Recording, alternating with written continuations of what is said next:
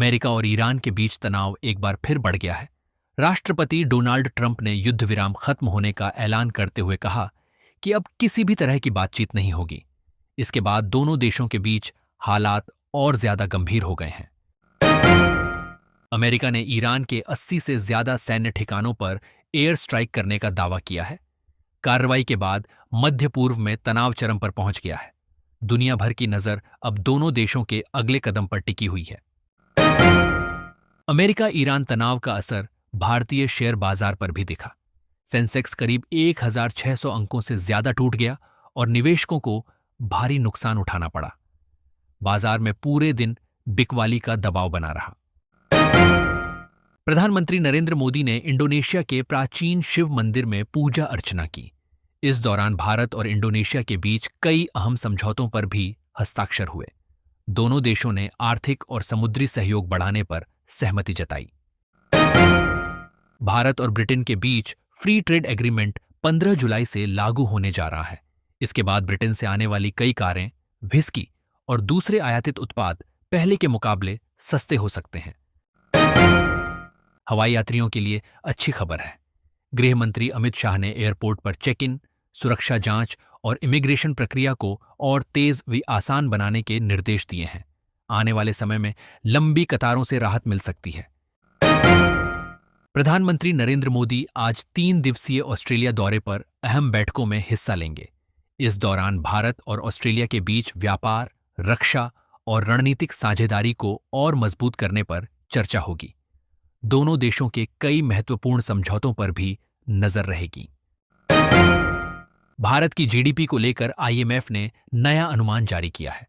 Growth rate में मामूली कटौती की गई है, लेकिन इसके बावजूद भारत दुनिया की सबसे तेजी से बढ़ती प्रमुख अर्थव्यवस्था बना रह सकता है। कच्चे तेल की कीमतों में फिर तेजी लौट आई है। अमेरिका और ईरान के बढ़ते तनाव के बीच ब्रेंट क्रूड $75 के पार पहुंच गया।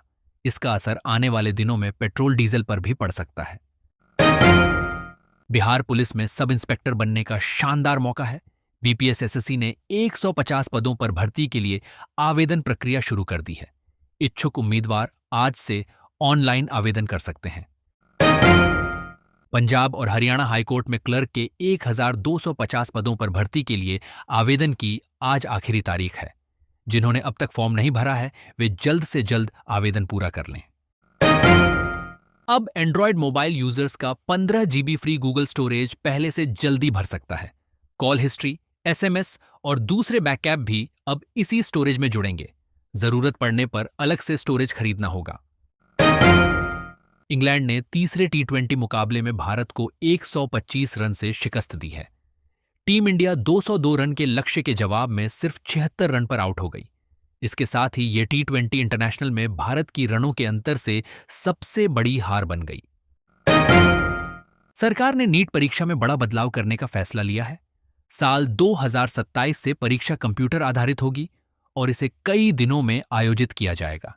पेपर लीक जैसी घटनाओं को रोकने के लिए ये बदलाव किए जा रहे हैं। उत्तर प्रदेश में विजिलेंस की छापेमारी के दौरान रिटायर्ड एआरटीओ के घर से 13 किलो सोना, 9 किलो चांदी और करोड़ों रुपए की नकदी बरामद हुई है। मामले की जांच लगातार जारी है। देश के कई हिस्सों में लगातार बारिश से हालात बिगड़ गए हैं। कई राज्यों में बाढ़, भूस्खलन और इमारत गिरने की घटनाएं सामने आई हैं। मौसम विभाग ने लोगों से सतर्क रहने की अपील की है। देश में महंगाई का असर अब खाने की थाली पर भी दिखाई दे रहा है। प्याज, टमाटर और दूसरी जरूरी चीजों के दाम बढ़ने से शाकाहारी और मांसाहारी दोनों तरह की थाली पहले से महंगी हो गई है। सोना और चांदी की कीमतों में बड़ी गिरावट दर्ज की गई है। सोना करीब 1700 रुपये प्रति 10 ग्राम और चांदी में भी बड़ी कमी देखने को मिली। निवेशक अब आगे के बाजार पर नजर बनाए हुए हैं। देश के करोड़ों ईपीएफ खाता धारकों के लिए राहत की खबर है। सरकार के मुताबिक 15 जुलाई तक पीएफ का ब्याज खातों में जमा हो जाएगा। इसके साथ ही नया आईटी सिस्टम भी लागू किया जा रहा है। बिहार सरकार ने बड़ा फैसला लेते हुए निजी वाहनों को स्टेट हाईवे पर टोल टैक्स से छूट दे दी है। अब केवल बस, ट्रक, टैक्सी और अन्य कमर्शियल वाहनों से ही टोल वसूला जाएगा। इसरो ने LVM-3 मिशन के लिए क्रायोजेनिक इंजन का अंतिम उड़ान परीक्षण सफलतापूर्वक पूरा कर लिया है।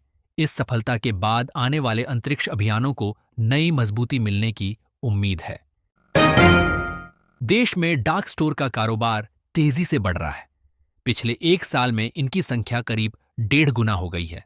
ऑनलाइन क्विक डिलीवरी कंपनियां अब छोटे छोटे वेयरहाउस के जरिए तेजी से सामान पहुंचा रही हैं। भारत ने Pinaka long range guided rocket का सफल परीक्षण किया है। मिसाइल ने करीब 60 किलोमीटर दूर लक्ष्य पर सटीक निशाना लगाया। रक्षा क्षेत्र में इसे बड़ी उपलब्धि माना जा रहा है। देश के कई राज्यों में आज भारी बारिश का खतरा बना हुआ है। मौसम विभाग ने 23 राज्यों में तेज बारिश, आंधी और बिजली गिरने का अलर्ट जारी किया है। कई इलाकों में 90 किलोमीटर प्रति घंटे तक की रफ्तार से हवाएं चल सकती हैं।